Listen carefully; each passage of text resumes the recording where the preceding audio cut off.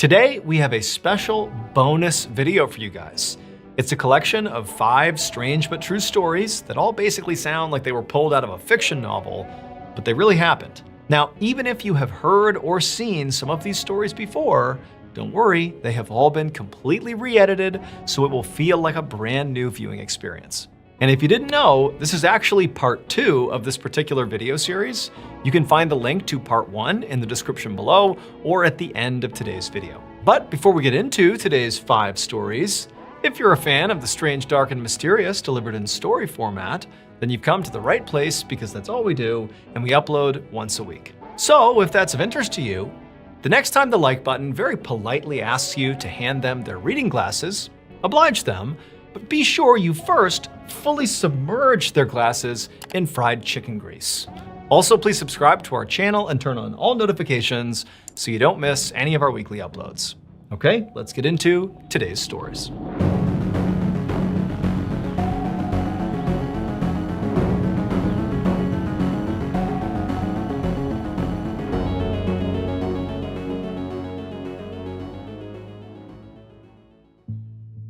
On February 17, 2004, shoppers inside of a massive Japanese superstore called Jusco in Wakachi City were suddenly aware of a loud commotion. When they went to investigate, they found a thin young woman with a young baby strapped to her chest, grappling with an older man. Initially, onlookers didn't know what to do. They stood there shocked at what they were seeing. Then the woman yelled out, "Thief!" The man she was fighting with was in his late 60s, and he had pinned the woman and her baby up against this bank of ATMs, and his fists were clenched like he was holding whatever it was he took from her. 3 men from the crowd immediately jumped into action and wrestled the man off of the woman and pinned him to the ground and began trying to pull his hands open to take out whatever he had stolen from this woman, but the man would not unclench his fists. And so these 3 men yelled out to the police that happened to be nearby. They ran over and jumped on top of this guy and handcuffed him. And the man, as he's laying on the ground, is yelling out that he did nothing wrong. And then onlookers would say he began moaning very strangely before he began violently vomiting before falling unconscious. While the police waited for emergency services to show up and take this man to the hospital,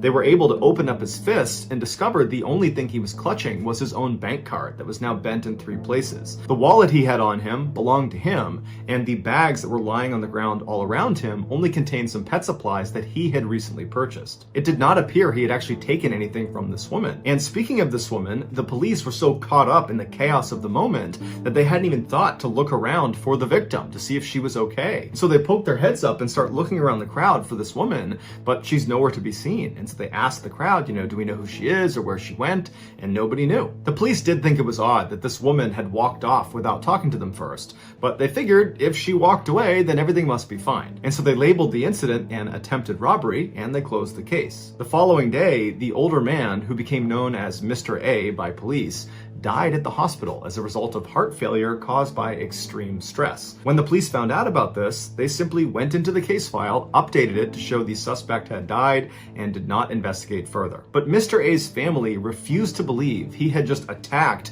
a young woman and her baby. It was completely out of character. He was a gentle retiree who had spent 40 years working for a chemical manufacturer and now was collecting a pension and working part-time as a security guard. He lived with his wife, his children, and his grandchildren, and he lived about a kilometer away from the Jusco, where he had gone that day to get some hamster food for his grandson's hamster. His family pleaded with police to reopen the case and investigate this woman because she must have done something to start this altercation. The police initially resisted, but ultimately conceded and said, okay, we'll check the CCTV camera footage at the Jusco to make sure we didn't miss anything.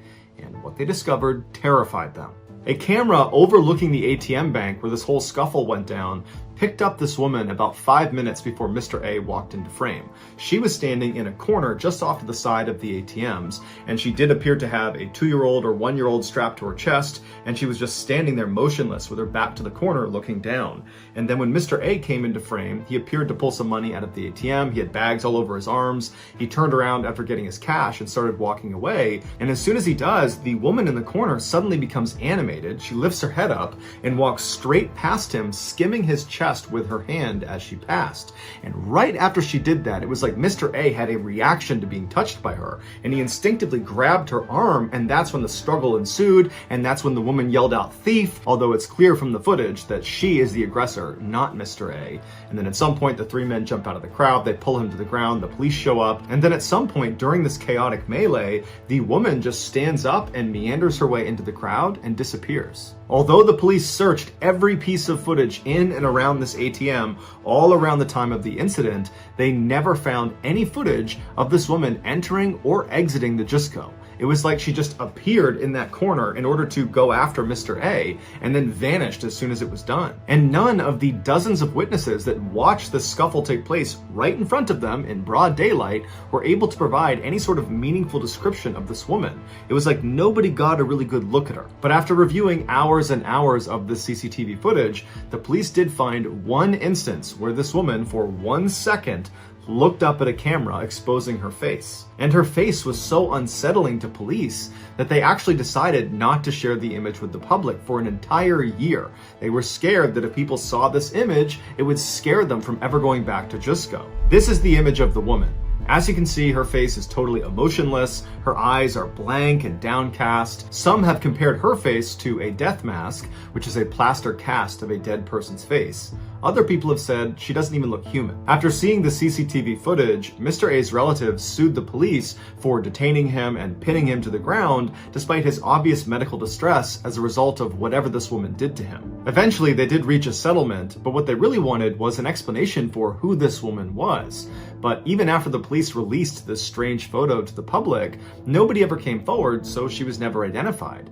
And it's unlikely she'll ever be identified because the statute of limitations for this case expired in 2011. The case, which is now referred to as the Jusco Phantom, is still very famous in Japan, and it remains a popular topic on long internet chat room threads where people exchange this eerie photograph and speculate about who or what killed Mr. A.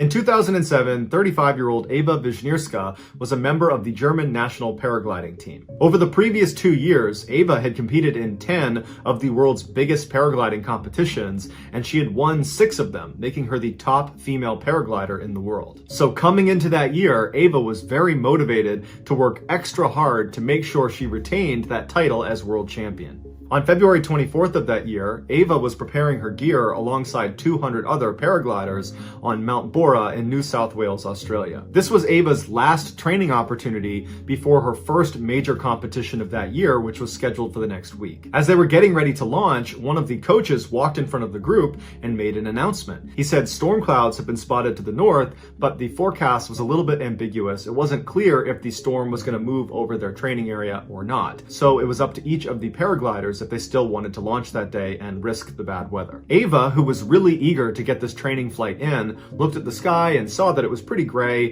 but decided that she was going to do it. Worst case scenario, she would have to cut it short.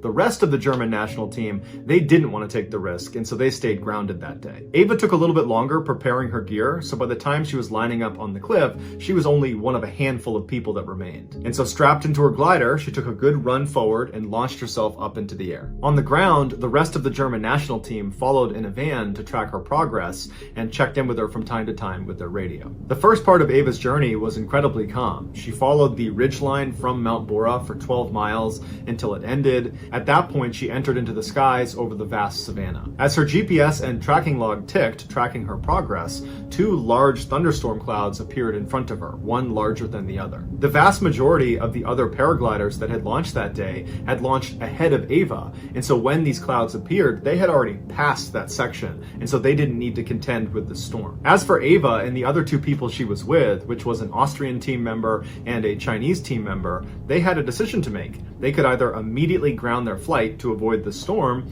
or they could attempt to dodge it.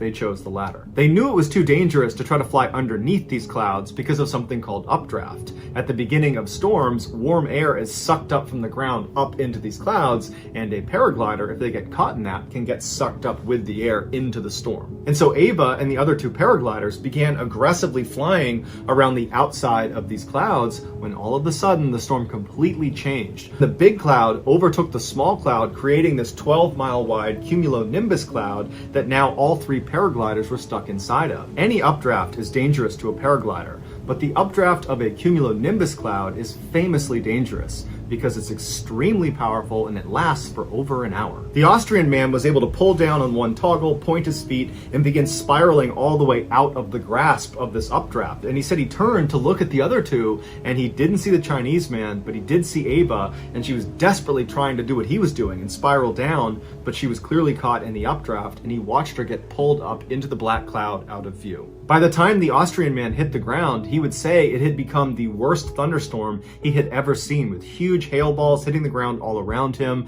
He took one more look up and he didn't see the Chinese man, he didn't see Ava anywhere, and he took off running for a barn to seek shelter. And when he was there, he pulled out his radio and he alerted the other teams of this emergency. Inside the cloud, Ava was hurtling up like a rocket. The storm was lifting her at a rate of 60 feet per second. There was nothing she could do to get out of this wind tunnel. Ava knew she was getting pulled towards the storm's eye in its vicious center because of the immense claps of thunder that just kept getting louder and louder, and it also kept getting darker and darker all around her. In fact, it was pitch black except for the occasional flash of lightning that came very close to electrocuting her. As she desperately tried to keep her glider stable, she was able to place a radio call down to her team on the ground, but all she could say was, "I can't see anything," before it cut out. And at some point, Ava reached the eye of the storm where it's pitch black and the temperatures are freezing and hail balls the size of oranges are pelting her left and right. And the updraft kept pulling her higher and higher and higher until she passed out from a lack of oxygen. And at some point, this updraft actually shot her up and out of the cloud. And while this meant she was out of the storm, she was now in air that was 50 degrees below zero, which meant everything, her face, her gloves, her clothes, the wings of her glider, everything completely froze. And to make matters worse, at the altitude she was at, there was almost no oxygen and she did not have a breathing apparatus. So by all accounts, Ava should be dead. But somehow, she didn't die. She just kept floating around above this storm cloud for 45 minutes. And then something happened. The ice on one side of the glider broke off, causing it to collapse, throwing her into a deadly free fall, and she's not in control, she's still unconscious, and she starts barreling back towards the ground like gravity has been turned back on again, going straight through the storm all over again.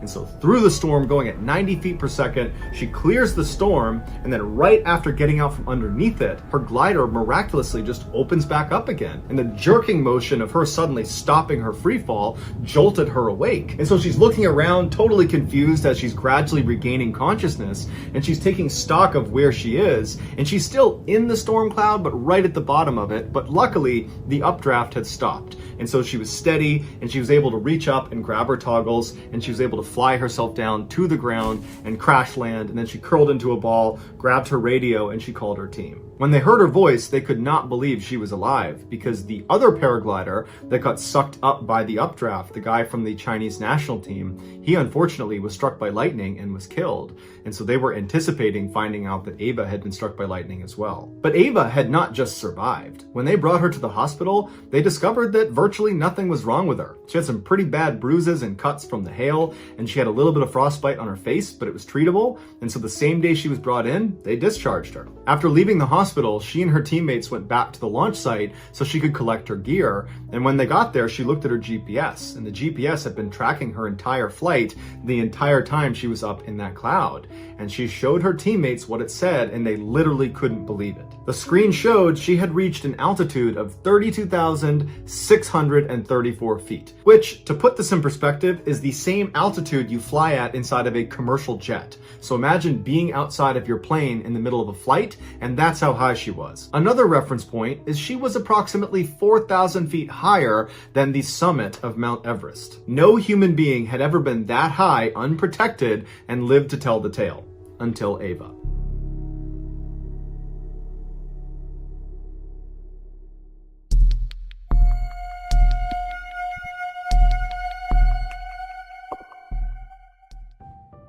In the early morning hours of June 10th, 1994, Deborah Hoyt suddenly woke up in the middle of the night. She and her husband were staying with relatives in Sacramento, California, and they were supposed to be there for the next couple of days. But as she was sitting there, she had this overwhelming urge to want to leave right then and there and head back to their home in Lake Tahoe. Because she didn't really know what to make of this overwhelming feeling, she shook her husband awake and told him about it. She thought that maybe something was wrong, and he said, you know what, you probably just had a bad dream and you're kind of waking up still half in your dream. It's not a big deal. Just go back to bed. I'm sure everything is totally fine. And in the morning, if you still want to, I'd be happy to leave. And so Deborah said, yeah, you're right. I'm totally overreacting. I'm sure it was just a dream. And she laid back down to try to go back to sleep.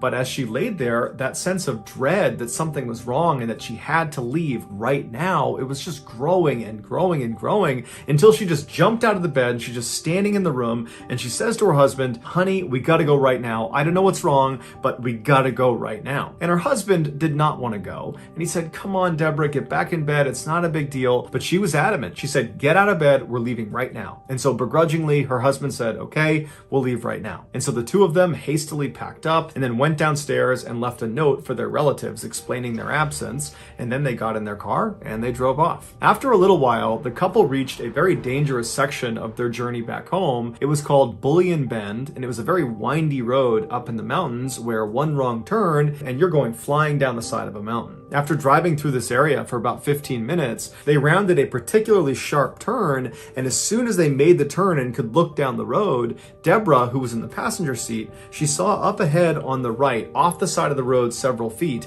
something that was just lying there on the side of the road. She didn't know what it was. She thought it was maybe a bag or some trash or maybe a dead animal, and at first she was just going to dismiss it. But as her husband drove closer and closer to it, the light began to illuminate it, and she looked at it and couldn't really discern what it was until they were right next to it, and she looked out her window and she noticed it was a woman's body, a woman who had no clothes on, who was just lying there totally motionless. And Deborah immediately turns to her husband and says, honey, I just saw a dead woman on the side of the road. And her husband immediately is kind of panicked and doesn't slow down. He just keeps driving and says, hey, should we stop? Should we turn around? I mean, maybe she's not dead. Maybe we can help her. But Deborah at this point is now terrified, and she's saying, no, keep going. Don't go back. I bet it's a trap. Someone probably put her there and they're going to lure us in and they're going to attack us if we try to stop and help her. And so in this kind of chaotic, frenzied reaction that Deborah and her husband are having, they decide that their best course of action is just to drive on and find the next payphone and call the police. And it just so happened that less than a quarter of a mile away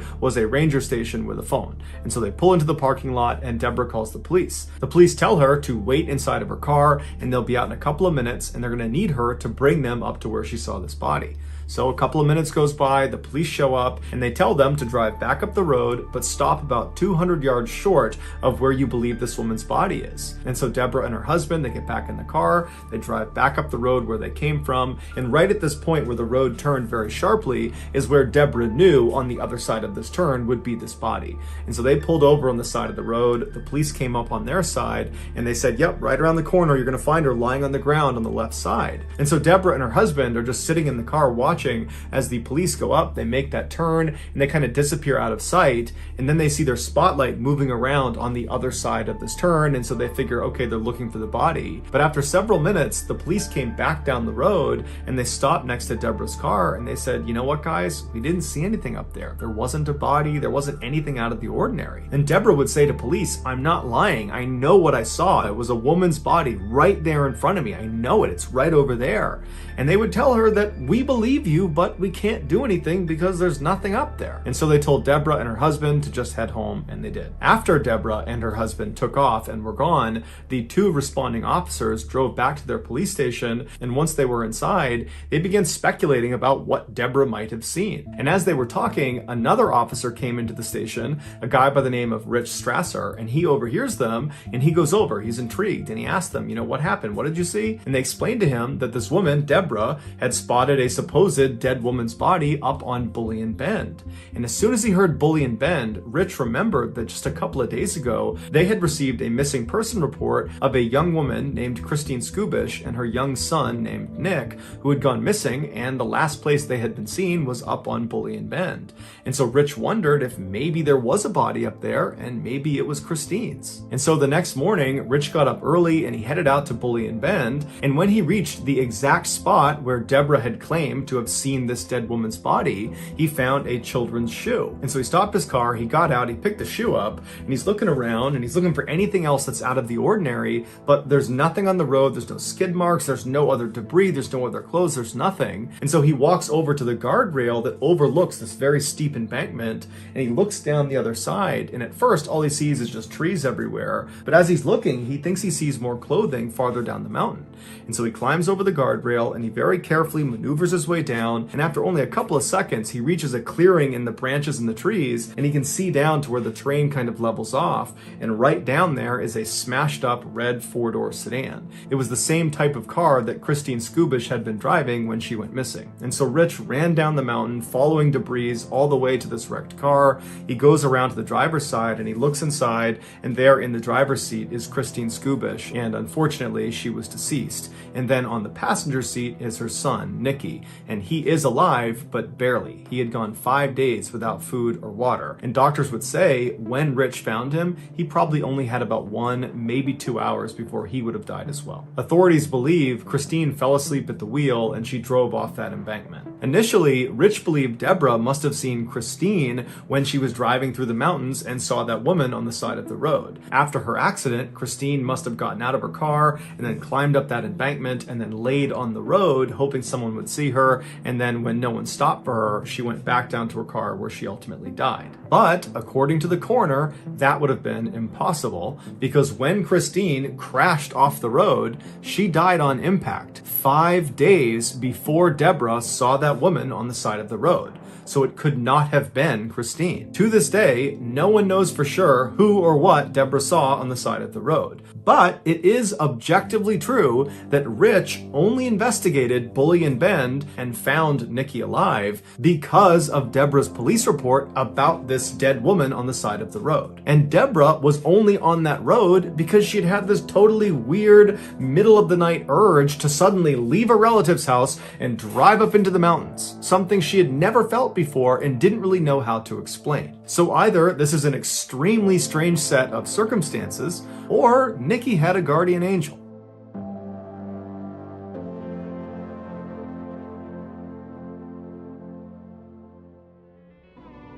As many of you may know, aside from telling stories on this YouTube channel, I also tell stories on my podcast, the Mr. Ballin Podcast, Strange, Dark, and Mysterious Stories. But that's not all. In addition to that podcast, under the Ballin Studios umbrella, there is a whole host of other podcasts that you can binge right now, and their content, all of them, fall into the Strange, Dark, and Mysterious category. For example, if you're into baffling and horrifying medical mysteries, well, you should go check out my other podcast called Mr. Ballin's Medical Mysteries. Or maybe you want to hear from some other voices within our studio, like Luke LaManna. Luke LaManna is a military veteran. He has a super iconic, really deep radio voice, and he has 2 shows. One is called Wartime Stories, where he basically looks at strange, dark, and mysterious wartime stories, and his other show is called Redacted, where he looks at information that used to be classified, and he dives into it with his military expertise and experience, and he basically shows you the lies and secrets and half-truths that the most powerful institutions in the world have been keeping from us. We also have shows that are just plain creepy and unsettling, like Bedtime Stories, hosted by Richard Weil, where he dives into the supernatural and cryptids and mysterious deaths. I mean, basically his whole kind of niche is things that keep you up at night. And then 2 other shows that fall into that sort of unsettling, creepy vibe are Late Nights with Nexpo, hosted by the famous YouTuber Nexpo, where he dives into true, crazy, scary stories. And then we also have another show called Run Fool, hosted by Rodney Barnes. And Rodney is like an icon in the horror genre at large. And on his show, he just dives into this wild, chilling lore, like horror lore. People love that show. Or if you're a history buff, you need to check out our new hit show called A Twist of History. It's hosted by Joel, who also has an amazing YouTube channel. It's called Let's Read. And on A Twist of History, he dives into epic stories that have shaped the world that we live in now. So if you're a fan of the strange, dark, and mysterious, go check out these shows. You can look for them either by name or simply by looking for Ballin Studios on any podcast platform. They are available right now. Enjoy.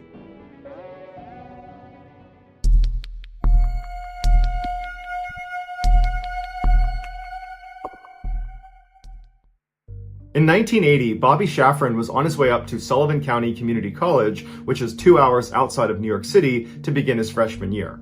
Even though he was from the area, he didn't know anybody that was going to this particular school, and so he was pretty nervous about it. Plus, he wasn't that popular in high school, and he had a hard time making friends. When he pulled into a parking spot at the school, he saw a sea of people getting out of their parents' cars and carrying boxes up to their dorm rooms. And so he took a deep breath, hopped out of his car, grabbed his backpack, and began walking across the lawn towards the dorm building. On his walk over, Bobby was surprised when he felt like all these random strangers on the lawn were looking at him like they knew him. And a couple people yelled out to him and said, "Hey, it's good to have you back here." And one girl actually ran up to him and kissed him on the cheek and said, "Oh my gosh, I'm so happy you're back." And Bobby said, "I think you got the wrong person. I don't know you." And she laughed and she just ran away. And so Bobby's totally bewildered by this because he doesn't know anybody, but everybody seems to know him. And so he walks up the steps and he goes inside the dorm building. And as he's walking down the hall, people are high-fiving him and patting him on the back. And then right as he's about to turn the corner towards his actual dorm room, someone down the hall behind him yells out, "Hey, Eddie, what's going on, man?"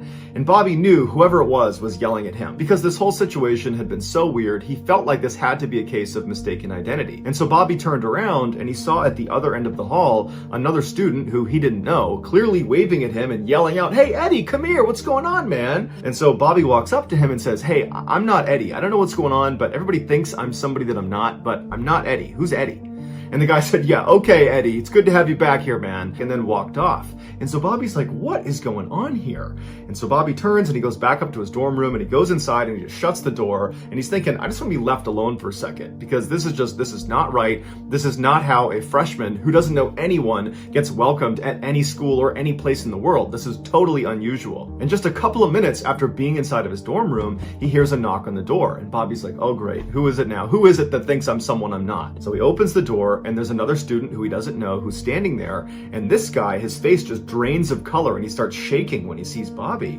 And they're both looking at each other like, what's going on here? And the student says to Bobby, "Were you adopted?" And Bobby said, "Yeah." And then the student said, "Is your birthday July 12th? And Bobby said, "Yeah."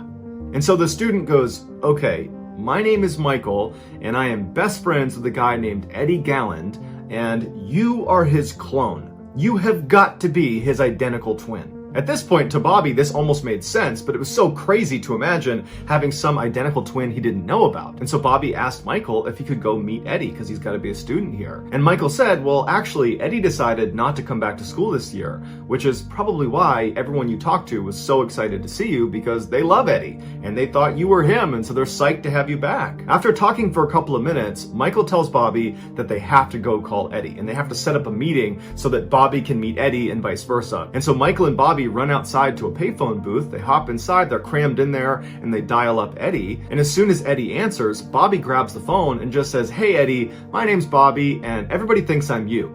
And then Eddie says, "Yeah, I've been getting a lot of calls about that too." And Bobby would later say that when he first heard Eddie's voice, he said it sounded like his own voice coming through the phone. And so ultimately, Eddie invited Bobby and Michael to come to his house so that Eddie and Bobby could see if it really was true that they were twins. And so Michael and Bobby hopped in Bobby's car and they sped 2 hours to Eddie's house. And when they got there, it was the middle of the night, and Eddie's house is the only house in this quiet suburb that has all the lights on. And so Michael and Bobby walk up the path towards the front door of Eddie's house, and right as Bobby is about to knock on the door, it flies open, and standing in front of Bobby is his exact clone. It's Eddie. And Eddie's looking back at Bobby and he can't believe what he's looking at. They are definitely identical twins, and they both immediately saw that. Michael would say after Bobby and Eddie just stared at each other for about a minute, they just started laughing. It was like they were total strangers, but at the same time, they had this connection immediately. They knew they were related, and they were laughing and they hugged and they just stared at each other. And Michael said anytime Bobby would tilt his head, Eddie would mimic it, and vice versa. It was like they were looking into a mirror. Shortly after, this story of these two long-lost brothers reconnecting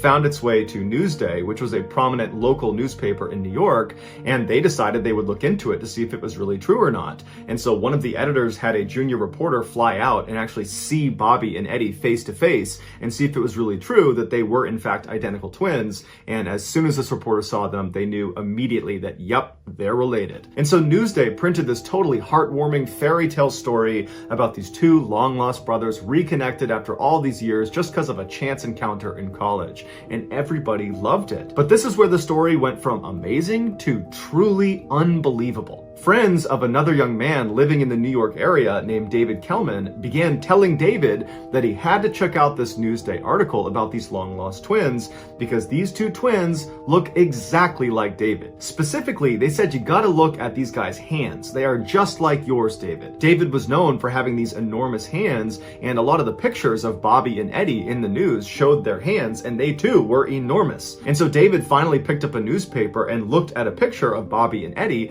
and sure enough, he was shocked. They looked exactly like him. And then when he read the article, it showed their birthday was July 12th, the same as his, and they were born at the same hospital he was born at. And so he's thinking, these are too many coincidences. They have to be my brothers. And so David called Eddie's home phone number, and Eddie's mother picked up and she asked who was calling. And David said, "Hi, my name is David Kelman. I was born July 12th, 1961, and I'm looking at a newspaper article of two identical twins that look just like me, and one of them is your son. I think I'm the missing third twin." After hearing this, Eddie's mom apparently dropped the phone and yelled out, "They're coming out of the woodwork!" So Eddie and Bobby went to David's house, and as soon as they walked in and saw David, they knew right away he was one of them. He was the third twin. And apparently, within minutes of meeting each other, they were wrestling and laughing hysterically on the ground. It was like, even though they were strangers, they somehow already knew each other and had an instant connection. David's family members that witnessed this first interaction said it was the most incredible thing they had ever seen, that it was just so wonderful to see these long-lost siblings finally reconnected after all these years. Shortly after David realized he was the third missing twin, Newsday did another story talking about how there was actually 3 missing twins that had all been reconnected, and once again, it was just this incredible Cinderella story, and now this story went all over the world. They were on the cover of every magazine, every newspaper, they were on every talk show, and everybody had the same question. What similarities did they discover? And they would say, well, we all wrestled in junior high school and high school, we all smoked the same cigarettes, we like the same food, we had the same taste in women. And on talk shows, when they would answer these questions, it was immediately clear that they all shared the same mannerisms, and on the show, they would routinely interrupt each other and finish each other's sentences. It really was like they were the exact same person, despite having been raised completely separate from one another. The boys loved the attention they were getting. They had become international rock stars overnight, and all 3 of them were immediately so close. They were best friends right away. They moved into an apartment together. They went out partying. They met Madonna. It was just this incredible time in their lives.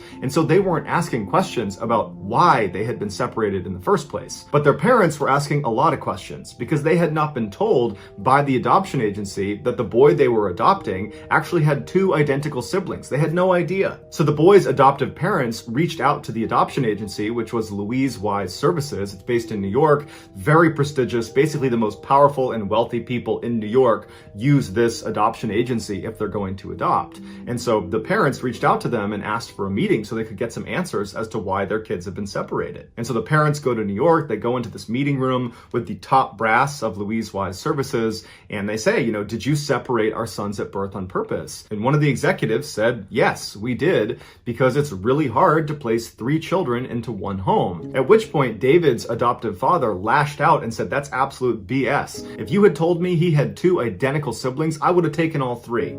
But the agency stood by their decision and said that's the only reason it happened, and so sorry, that's all we can tell you. And so the parents were very frustrated and felt like there was much more to the story. And in fact, they felt like the agency was actually lying to them about why they had separated their sons in the first place. But they couldn't get any more information, so they left the agency. And right when they got outside, Bobby's father realized he had left his umbrella inside of the meeting room. And so he turned around, went back inside, walked down the hall quietly so he didn't want to disturb anyone. And he opened the door to the meeting room and he reached in to get his umbrella. And he looked inside and he saw the people he had just met with from Louise Wise Services had just opened a bottle of champagne, and they were laughing and smiling, and they were clearly toasting each other on a job well done. And even though Bobby's father did not go in there and confront them about what they were celebrating, he got the sense that they were celebrating having dodged a bullet, that they clearly had just lied to the families of these 3 triplets and they'd gotten away with it. And so between the parents' general sense that the agency was clearly hiding something, and then Bobby discovering this champagne toast as soon as they left, the parents decided they needed to get in touch with some lawyers to help them get to the bottom of why their sons had been separated. And so initially, a number of really prestigious law firms in New York were excited to take this case. But shortly after, they all contacted the families to say, well, actually, there's a conflict and we can't do it anymore. And the parents believed this was because the adoption agency, Louise Wise Services, and some of their more prominent and powerful clients were pressuring the lawyers not to dig into this, that clearly there was some secret that they did not want uncovered. And so unfortunately, the parents hit a dead end and didn't know where else to turn to try to get more information. And so over time, they kind of just accepted that this is just the way it is. And as for their sons, they didn't really care that much because the way they looked at it, at least they had each other now. And so over the years, the boys continued to stay really close. They started families of their own and had lots of family get-togethers. It was just a really happy time in all of their lives. And at some point, the boys actually went into business together and opened their own restaurant in New York called Triplets. And the first year, it was extremely successful, did over $1 million in revenue. But in the second year, the brothers started to fight with each other about how to run the restaurant. And in many ways, this was their first major conflict. They hadn't grown up together. They had never really fought. And so now they're fighting over money and how to run the business. And it got really bad really quick, and they just could not come to any sort of compromise. And so at some point, Bobby left the business. He said, I don't want to do this with you guys anymore. And apparently his departure just completely ruined the dynamic of the three brothers. Eddie was the most affected by this fracture in their relationships. All he wanted was for his brothers to be really close and for their families to spend time together. And now all of that was in jeopardy. And so Eddie started showing signs of severe depression and was ultimately hospitalized for 3 weeks. And then shortly after getting out of the hospital, he took his own life. This was beyond devastating for the two brothers and the rest of their family. Around this time, a journalist named Lawrence Wright, who had always had a fascination with identical twins, found an obscure scientific article called Psychoanalytic Study of the Child. It detailed a New York-based study about identical twins that were intentionally separated at birth and then given to different adoptive families to be studied, although it wasn't clear what they were actually studying or why they needed identical twins to do this research. In this article, Lawrence discovered all the babies that had been used in the study came from the same adoption agency, the same one the triplets had come from, the Louise Wise Services in New York. And so Lawrence called Bobby and told him that based on this article, it seems like he and his brothers were used in a scientific study. Bobby and David were totally furious. They felt like they'd been treated like lab rats. They also wondered if their being separated at birth had a negative impact on their mental health, and that might have contributed to Eddie's depression and untimely death. Lawrence wound up writing an article about this twin study he had discovered, and after he published it, another set of twins found out they had been a part of the study and discovered themselves. These two women were also struggling with depression, furthering the idea that the study could have led to irreparable harm to their subjects' mental well-being. At this point, David and Robbie did not expect anybody to be held accountable for this study. Instead, they just hoped to find out why it was done and what they were testing for and what the results were. And so they began working with Lawrence to try to get those answers. They contacted Louise Wise Services, who did admit that yes, actually this was part of a study, but they didn't give any information about what the results were or why they did it. And so they did some digging and they discovered the guy in charge of the actual scientific study was this doctor named Peter Neubauer, who was this very well-known psychologist in New York. And so Lawrence managed to get an interview with this doctor, but the doctor basically said, I won't answer any of your questions and I won't give you any information about this study. And he never published his findings. Right before the doctor died in 2008, he made sure the entire study was put under seal inside of the Yale University archives so no one could access it until 2066, which has led many people to believe that the reason he set it so far out was to guarantee all of these subjects in this study would have died by the time it was made publicly available, protecting his own legacy and the people that were involved in this study. In the recent documentary called 3 Identical Strangers, Dr. Neubauer's personal assistant, a woman by the name of Natasha Josefowitz, she was interviewed and they asked her, can you shed any light on why this study was done, what they were testing for, and what the results were? And she would say that she was not actually part of the study. She was more on the periphery, but she was privy to what they were doing. And she said the point of the study was to finally put to bed whether it was nature or nurture that made the person who they ultimately become. Basically, are your surroundings the thing that ultimately makes you who you become, or is it just your genetic makeup, that you're predestined to become a particular person independent of how you were raised? And she said the results were incredible, that basically it has nothing to do with nurture. It's all about your genetic makeup, that we unconsciously trend towards specific behaviors and decisions, but we believe it's free will. We believe we're choosing to do certain things, but in reality, it's basically predetermined. And specifically in the triplets case, Bobby was intentionally placed into a more affluent household where his father was a doctor and his mother was a lawyer, and so they were very well educated, and that was his upbringing. Eddie was placed into a more middle-class family with his father being a teacher and his mom being a stay-at-home mother. And David was put into a low-income household where they were all immigrants, English was a second language, and they just had this very small shop that they owned. And Natasha said this study demonstrated that despite these boys being put into different socioeconomic levels, it had almost no impact on who they ultimately became. She said she doesn't know why the study wasn't published, but she hopes someday it will be. Also, in this documentary, a doctor named Lawrence Perlman, who was actually one of the researchers in the study that would actually make house visits to each of the boys' houses as they were growing up under the false pretext that they were there as part of routine follow-up for the adoption agency. And he went on record and said that the study was not just about the effects of socioeconomic class, it was really about the effects of different styles of parenting. He said in the triplets case, each of the boys had been placed into their respective households after that household had already adopted another child. And that first child they adopted effectively became the guinea pig for this study, where scientists would come in and they would study this child under the false pretext that they were there just following up for the adoption agency, but really they were creating a baseline of how do these parents parent. And then once that baseline was established, then the triplets were sent into their respective homes with the researchers knowing full well how they were each going to be brought up, with the adoptive father being the X factor. Bobby's father, who was a doctor, was rarely around, but he was devoted and loving to his son. David's father, who was the shop owner, was around all the time and adored his son and loved him unconditionally. Eddie's father was a teacher who was around a fair amount,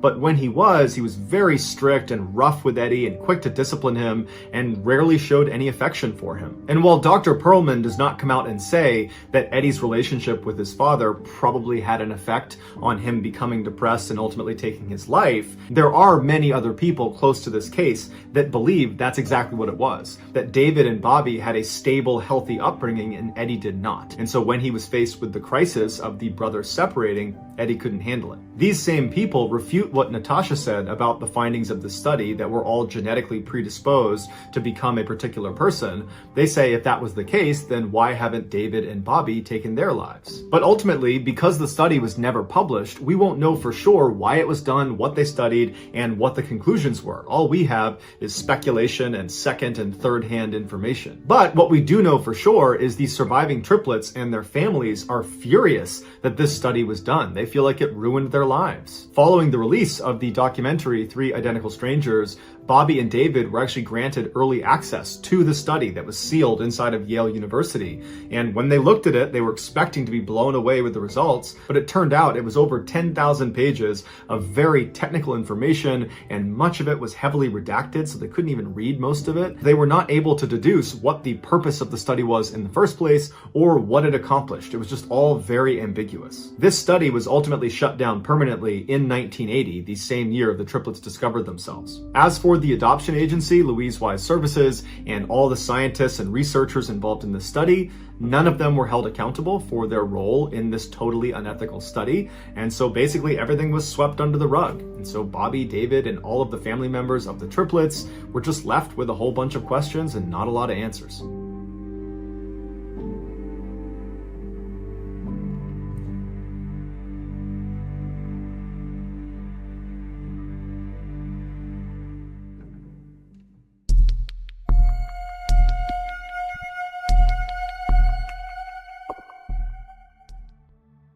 On December 18th, 1956, a brand new game show called To Tell the Truth aired on a major American television network. The premise of the show was relatively simple. 4 celebrity judges would be presented with 3 people called contestants who all claimed to be the same person. And this person who they claimed to be was always remarkable in some way. They had some incredible talent or some crazy job, or they had accomplished something extraordinary. One of these 3 contestants was the real person they were claiming to be.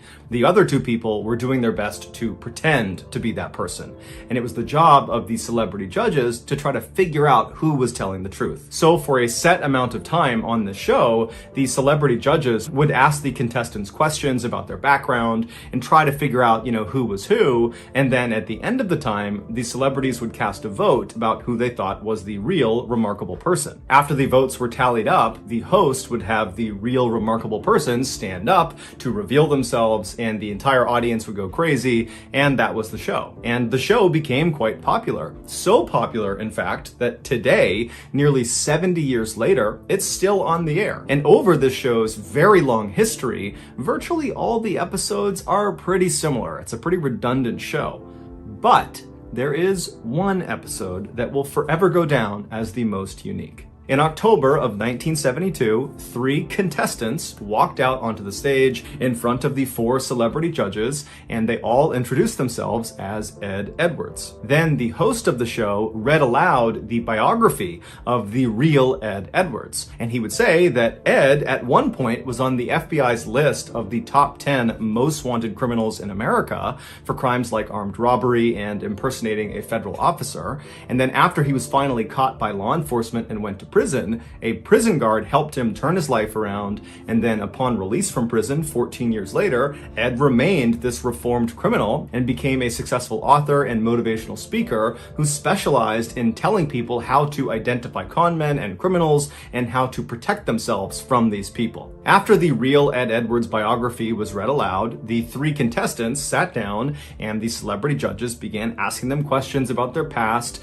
and then after the time was up, the celebrities cast their votes, and then the real Ed Edwards was revealed. Will the real Ed Edwards please stand up?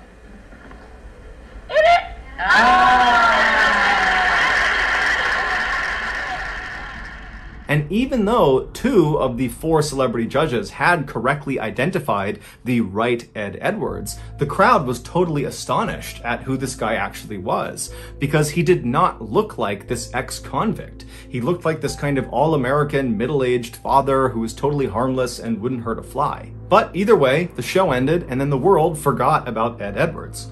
Until 2009. That year, Ed's estranged daughter, 40-year-old April Blasio, finally decided to investigate something that had plagued her for her whole childhood. Despite her father's claims that he was this reformed criminal and this stand-up, law-abiding guy, she didn't believe it. She never believed it. She thought he had never been reformed and just was a criminal and always had been. Behind closed doors, Ed was violent and abusive, and he was a compulsive liar. She remembered in the 1970s and 80s when she was a young kid, Ed would make their family pack up and move, sometimes in the middle of the night, and April always assumed it was because her dad was wrapped up in something criminal. But every time she asked him, he would say, oh, well, I was an informant when I was in jail and I snitched on some people, and some of those people have figured out where we live, and so we gotta move.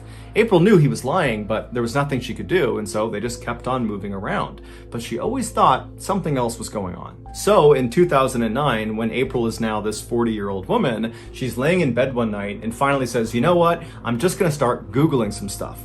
So she hops in her laptop and she starts typing in the different names of towns that she and her family lived in as a kid. And then after she'd write the name of the town, she'd write unsolved mystery or unsolved crime, and she would see if anything popped up. And so as she began looking, she found one in 1980. It was an unsolved murder in a town called Watertown, Wisconsin, that happened right around the time that her family very briefly lived in this town. There was this young teenage couple that had left this wedding, and they had driven down this dead-end road, and they were just kind of enjoying each other's company when an unknown assailant who matched the description of Ed Edwards walked up to their car, broke in, shot them both to death, and then disappeared. And so on a hunch, April called the Watertown Police Department the following day and told them that, I think my father might have been responsible for this double homicide. It's just a hunch, but he matches the description. We were there in this very small window of time when it happened. And so the police said, okay, we'll go have a look. And so the Watertown police, they tracked down Ed Edwards, who was living in Kentucky at the time, and they got him to give them a DNA sample. And when they tested the DNA sample, it matched the samples that were taken at the crime scene in 1980. And so Ed Edwards, he was arrested and brought back to Wisconsin, and as soon as he was in custody, he confessed to the murder. And then he requested the death penalty. But he was told the maximum punishment for this crime was life in prison. Ed didn't like this, and so he confessed to another double homicide from 1977 in Ohio, where he killed another teenage couple, thinking that would give him the death penalty. But through a loophole, they said, well, actually, that still won't get you the death penalty. You're still facing life in prison. And so frustrated, Ed revealed a third murder he had perpetrated. In 1996, he had killed his own foster son for the insurance money. And so for this crime, he was eligible for capital punishment, and so he was sentenced to death. But he would die of natural causes 2 years later in 2011 before the state could execute him. Since his death, cold case investigators and members of his own family have theorized that Ed Edwards is almost certainly responsible for more killings beyond just the 5 he happened to confess to. In fact, many people believe Ed Edwards could actually be the infamous Zodiac Killer, who's one of the nation's most notorious uncaught serial killers that killed 37 people in Northern California in the 1960s and 1970s. If this is true, then Ed Edwards did not become a killer after he was on that game show in 1972.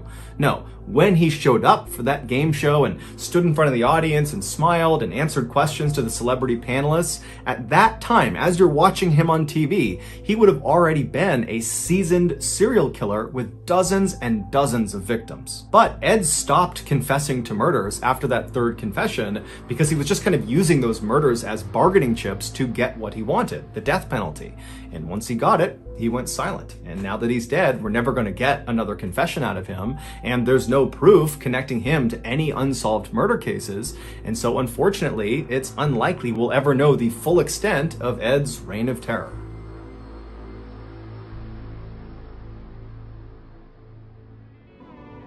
Thank you so much for watching. Let me know what you thought of today's episode in the comments. And remember, we have hundreds of videos for you to binge right now. But if you're looking for a recommendation from me of that one video that's worth your time, well, it's this one right here. So give it a watch. All right, until next time, see ya. আপনি ঠিকঠাক মতো শুনুন, আপনার হাত পাটা একটু আমি টিপা দিই। থাক, টিপতে হইব না, যা তোর বউর কাছে যা। আরে আমি আসছি তো। হ্যাঁ। আমার এই জীবনে না আর কোনো কিছু করার কোনো মরদ নেই, আমার কোনো জায়গাই নেই। কেন কথা বলবো না? 100 বার কথা বলবো। কোন সংবিধানে লেখা আছে যে ব্যাচেলরদের বাসা এক কাঁটা ধুলার আস্তরণ আর ভাজিন? তুমি আমাকে বলেছিলে তুমি আমাকে আগলে রাখবে। তোমার কথায় আমি সব ছেড়ে এক কাপড়ে আমার ঘর। মা তো প্রায় সময়ই থাকে আমার সাথে। মা তো একটু গ্রামের বাড়ি গেছে, চলে আসবে, টেনশন নেওয়ার কিছু না। না খেলে কিন্তু আমার অনেক কষ্ট হবে। তোমার মা যেগুলো বলে সেগুলোতে বুঝে আমার কষ্ট হয় না? আপনি যে আমার ছোট ছোট বিষয়গুলোতে এত খেয়াল রাখেন, এতেই আমার ভালো লাগে।